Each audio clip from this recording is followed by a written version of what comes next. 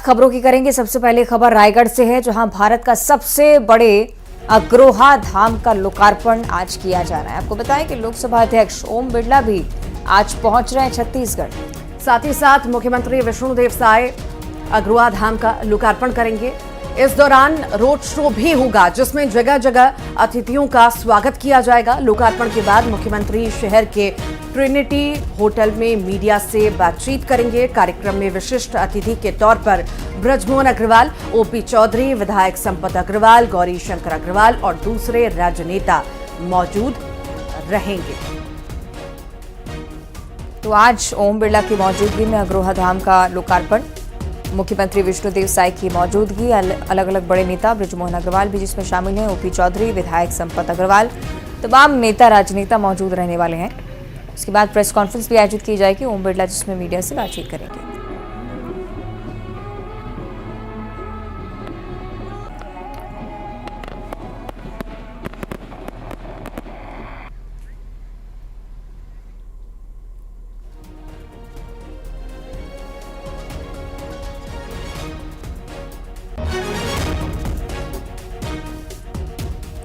अग्रोहा धाम का लोकार्पण आज होने जा रहा है और बेहद खास इसके लिए तैयारियां भी की गई हैं। साथ ही साथ आपको बताएं, लोकसभा स्पीकर ओम बिरला आज छत्तीसगढ़ आएंगे, 1 दिवसीय दौरे पर पहुंचेंगे। रायगढ़ दोपहर लगभग 1:40 पर रायपुर से जाएंगे रायगढ़, रात 9:15 बजे दिल्ली के लिए रवाना हो जाएंगे। तो रायगढ़ में सामाजिक भवन का लोकार्पण करने वाले हैं अग्रोहा धाम, जिसका हम जिक्र करें। मुख्यमंत्री विष्णुदेव साय भी उनके साथ मौजूद रहने वाले हैं।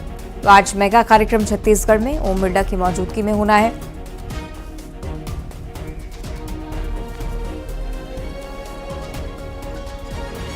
और ज्यादा जानकारी के लिए हमारे साथ सहयोगी तनु वर्मा जुड़ रही हैं। तनु, अग्रोहा धाम का लोकार्पण आज होने वाला है, किस तरह की तैयारियां हैं इसके लिए और कितने बजे लोकार्पण होगा, कार्यक्रम के लिए क्या व्यवस्थाएं हैं, जानकारी विस्तार से।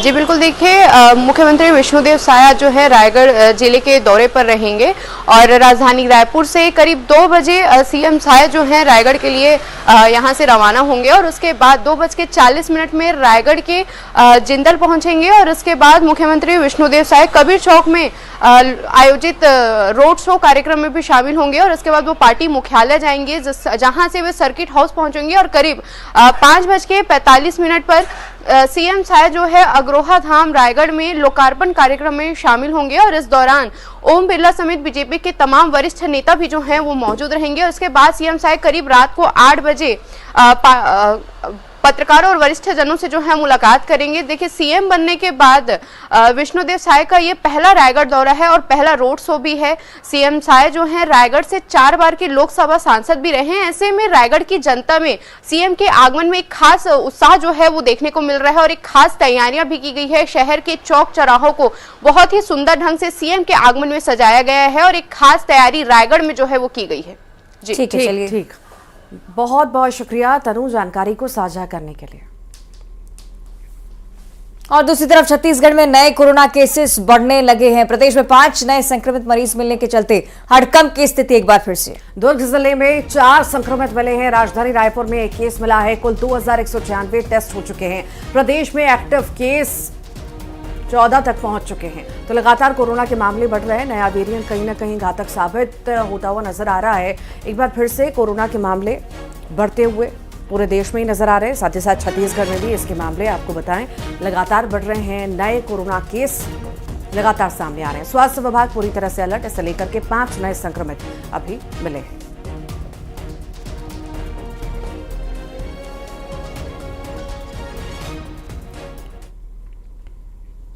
देश भर में कोविड के नए वेरिएंट को देखते हुए छत्तीसगढ़ में भी स्वास्थ्य विभाग सतर्क है। बस्तर जिला प्रशासन और स्वास्थ्य विभाग ने मेडिकल कॉलेज में मॉक ड्रिल किया।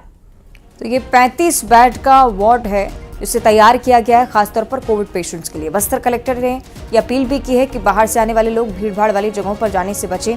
रेलवे स्टेशन, बस स्टैंड और एयरपोर्ट में टेस्टिंग के लिए टीमें तैनात रहेंगी।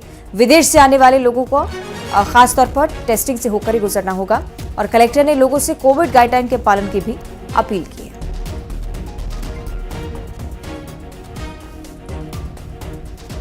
तो जगदलपुर का जिक्र करें, जहां पर मॉकड्रिल की गई। कलेक्टर की तरफ से भी खासतौर पर अपील तमाम लोगों से जिनके जरिए कोरोना फैलने का डर रहता है।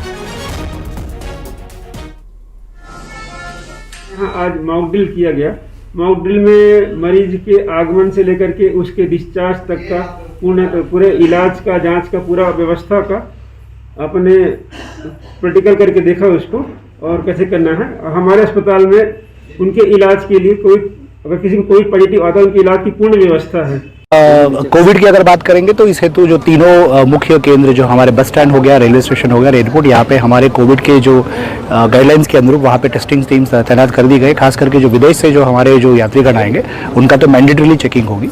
इसके अलावा जो हमारे स्टेट से बाहर जो आने वाले जो है, खास करके बड़े बड़े शहरों में जहाँ पे बड़ी संख्या में आज के दिन में कोविड दिखने को मिल रही है, वहाँ के यात्री अगर आ रहे हैं तो उनका भी मैंडेटरी टेस्टिंग हम लोग करवा रहे हैं।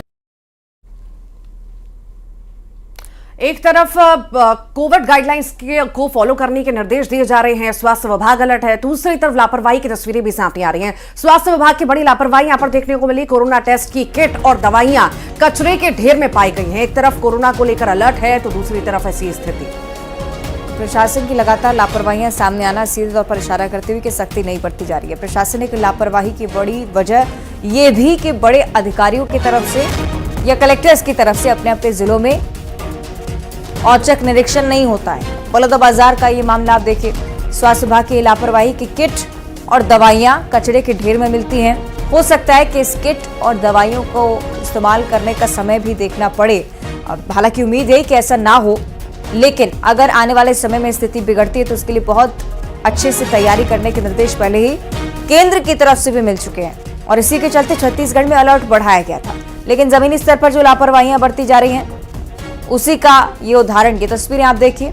कोविड में इस्तेमाल होने वाली दवाइयां और किट जिससे लोगों को स्वस्थ किया जा सकता है, जिससे लोगों का इलाज किया जा सकता है, वो कूड़े के ढेर में पड़ी।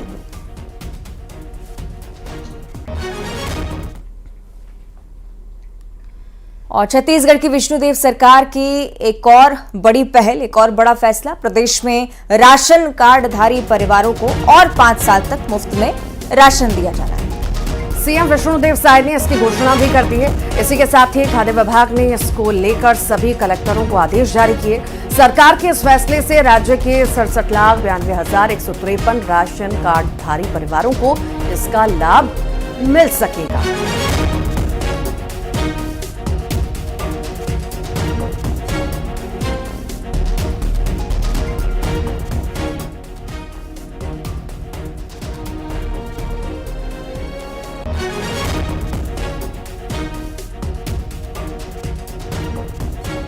मुख्यमंत्री की तरफ से बड़ा फैसला, इस बारे में जिक्र प्रधानमंत्री की तरफ से भी पहले हो चुका है कि कोविड के दौरान जो सहायता दी जा रही थी उसे और एक्सटेंड किया जा रहा है। छत्तीसगढ़ में भाजपा की माननीय विष्णुदेव साय जी की सरकार ने आज एक अहम फैसला लिया है। अब अंत्योदय कार्ड धारियों को, गरीबों को चावल निःशुल्क दिया जाएगा। अब गरीबों का पेट भरने की चिंता पूरी तरह से सरकार कर रही है और आज ये घोषणा हुई है। इस घोषणा का हम बहुत स्वागत करते हैं, अभिनंदन करते हैं। इसे कहते हैं अंत्योदय की सरकार।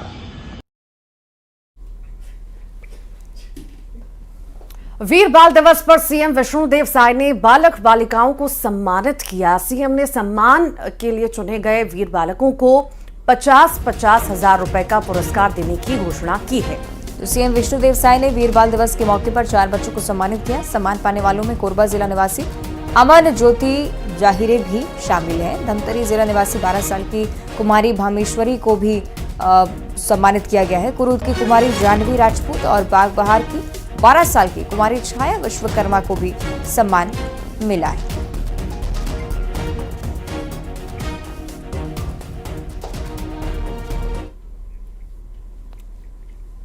और मुंगेली का जिक्र करेंगे, जहां अवैध खनन पर एक्शन हुआ है। अवैध खनन और परिवहन पर लगातार कार्रवाई की जा रही है। रॉयल्टी चोरी और अवैध परिवहन करने वाले 6 हाईवास को फिलहाल जब्त किया गया। लगातार कार्रवाई से कहीं न कहीं खनिज माफियाओं में हड़कंप भी मचा हुआ है। कलेक्टर के निर्देश पर खनिज विभाग ने ये बड़ी कार्रवाई की है। अवैध खनन पर एक्शन में सरकार पूरी तरह से है और लगातार इस तरह की कार्रवाइयां हम देख रहे हैं। एक बार और मुंगेली में अवैध खनन पर सख्त एक्शन लिया गया, ये कार्रवाई की गई है। 6 हाईवा जब्त किए गए हैं।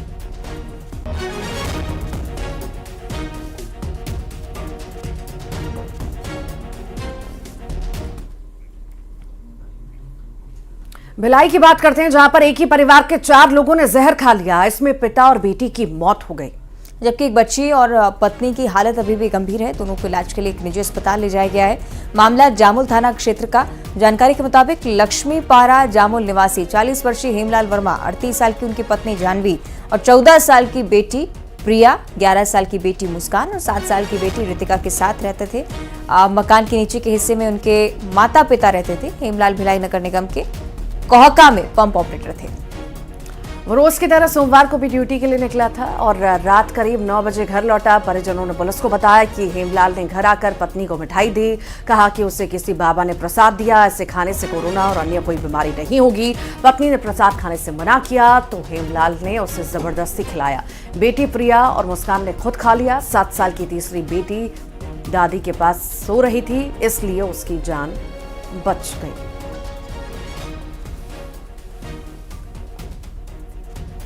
मदर और जो दूसरी बच्ची है अभी स्टेबल है, लेकिन पॉइजनिंग के केसेस में जब तक 3-4 दिन नहीं बीत जाते, ये कहना बहुत मुश्किल होगा कि आगे की कंडीशन कैसे रहेगी। सर क्या खाए थे? कहना बहुत मुश्किल है। जिस तरह की हिस्ट्री है, उसके फादर ने उनको ये बोल के खिलाया था कि किसी बाबा ने उनको कुछ दवाई दी है और उसको खाने से सब लोग का अच्छा ही होगा, जो कि बहुत ही पंजेंट स्मेल वाला था, तो इसको धोखे से खिलाना तो मुश्किल था। ये अभी इसमें पुलिस को सूचना मिली है, जो अस्पताल में 4 लोग भर्ती हुए थे, तो उसमें अभी पुलिस जांच चल रही है और जो भी इसमें तथ्य आएंगे वो आपको बता देंगे। सर कितने लोग इसमें डेथ? अभी 4 लोगों की सूचना है, जिसमें कि एक पति पत्नी और उनके 2 बच्चे हैं। एक हस्बैंड की और एक बेटी की डेथ हुई है और 2 की अभी हालत अभी तक कुछ भी कहना संभव नहीं है। जो भी होगा जानकारी आपको दे देंगे। और अब बात करेंगे बीजापुर जिले की, जहां 5 नक्सलियों ने पुलिस के सामने सरेंडर कर दिया है। इनमें से एक नक्सली विधायक विक्रम मंडावी के काफिले पर हमला करने की घटना में भी शामिल रहा है। ये सभी सरेंडर्ड नक्सली गंगालूर और भैरवगढ़ एरिया कमेटी में सक्रिय थे। संगठन में रहते हुए नक्सलियों के बड़े लीडरों के संपर्क में थे। पुलिस इनके आत्मसमर्पण को बड़ी कामयाबी मान रही है। साथ ही इनसे कई खुलासे होने की भी संभावना है। दरअसल पदेड़ा आरपीसी मलेशिया सदस्य Guddu Tati, Paipu Himla militia A section deputy commander Sannu Tati, GRD सदस्य संतू पोटाम और मृतुर एलओएस के चेरली मलेशिया कमांडर सोनारू कारम उर्फ रवि ने सरेंडर किया। ये सभी पूर्व नक्सली सरकार की समर्पण नीति से प्रभावित होकर मुख्य धारा में शामिल हुए हैं। जिला बीजापुर में चलाए जा रहे माओवादी उन्मूलन अभियान के अंतर्गत एसटीएफ बीजापुर एवं जिला पुलिस बीजापुर द्वारा किए जा रहे प्रयासों से गंगलूर एरिया कमेटी अंतर्गत माओवादी सदस्य गुड्डू ताती, पाइकू हेमला, सन्नू ताती, संतू पोटाम एवं भैरमगढ़ एरिया कमेटी अंतर्गत सोनारू कारम उर्फ रवि ने नक्सलियों की भेदभावपूर्ण व्यवहार, विचारधारा, यातना एवं प्रताड़ना से तंग आकर, साथ ही छत्तीसगढ़ शासन की पुनर्वास एवं समर्पण नीति से प्रभावित होकर आज पुलिस के समक्ष समर्पण किया है। इनमें जो संतू पोटाम है, 2021 से वो बटालियन नंबर 1 की कम्युनिकेशन टीम का सदस्य भी रह चुका है। उसने भी आज समर्पण। मनेन्द्रगढ़ की बात करते हैं, जहां पर चिरबिरी भरतपुर में सरकारी स्कूलों में मिलने वाले मिड डे मील में हर दिन के बनने वाले भोजन का मेन्यू पहले से तय होता है। तय मेन्यू के आधार पर भोजन बनता है और बच्चों को वही भोजन दिया जाता है। लेकिन मनेन्द्रगढ़ के शासकीय स्कूलों में मिड डे मील में लापरवाही बढ़ती जा रही है। बच्चों को वो भोजन नहीं मिलता है जो मेन्यू में मेंशन्ड है, बल्कि बच्चों को आधा अधूरा भोजन दे दिया जाता है। आपको बताएं कि बच्चों को पौष्टिक आहार मिल सके, इसके लिए शासन की ओर से मध्याह्न भोजन योजना शुरू की गई थी, लेकिन मेन्यू के अनुसार बच्चों को मिड डे मील नहीं मिलने से योजना में पलीता लग रहा है।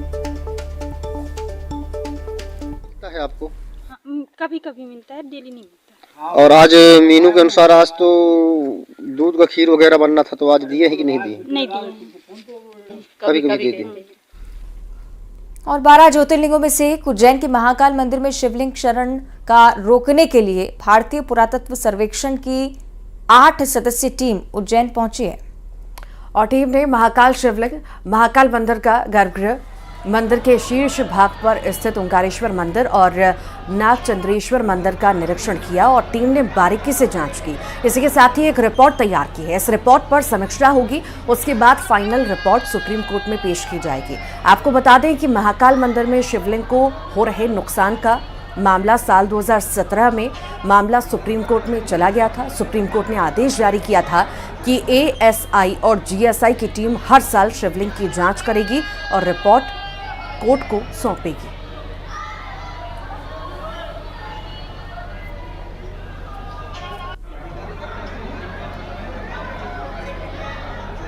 के आदेश पर हम लोग की टीम आई हुई है जो महाकाल ज्योतिर्लिंग का निरीक्षण हेतु, उसके अलावा अन्य भी निरीक्षण हेतु। तो हम चारों टीम के सदस्यों ने इसका निरीक्षण कर लिया है। अब इसकी हम लोग बैठ के समीक्षा करेंगे और उसी अनुसार उसकी जो है रिपोर्ट जो है माननीय उच्चतम न्यायालय को हम लोग सबमिट।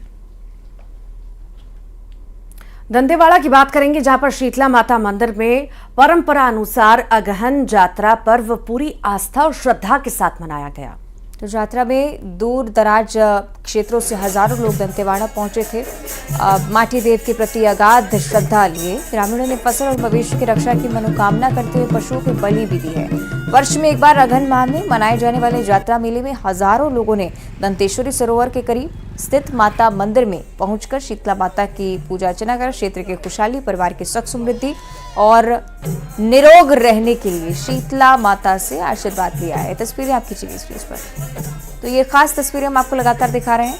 साल में एक बार ये पर्व मनाया जाता है। बहुत बड़ी संख्या में श्रद्धालु यहाँ पर पहुंचते हैं क्योंकि अपार आस्था इस मंदिर से भी जुड़ी हुई और दंतेश्वरी माई चूंकि मानी जाती हैं कि छत्तीसगढ़ में रक्षा करने वाली माता हैं और उनकी आराधना के लिए न सिर्फ यहाँ पर आम पूजन अर्चन बल्कि बलि भी चढ़ाई जाती है। जानवरों की बलि दी जाने के साथ ही सुख समृद्धि की कामना लिए श्रद्धालु यहाँ पर बहुत बड़ी संख्या में पहुंचते हैं। यात्रा मेले में भी शामिल होते हैं और मवेशियों की रक्षा की मनोकामना से लेकर सुख समृद्धि जीवन में बनी रहे, हर एक मनोकामना को पूरा करती है दंतेश्वरी माई। इसी प्रकार की आस्था लोगों के मन में है।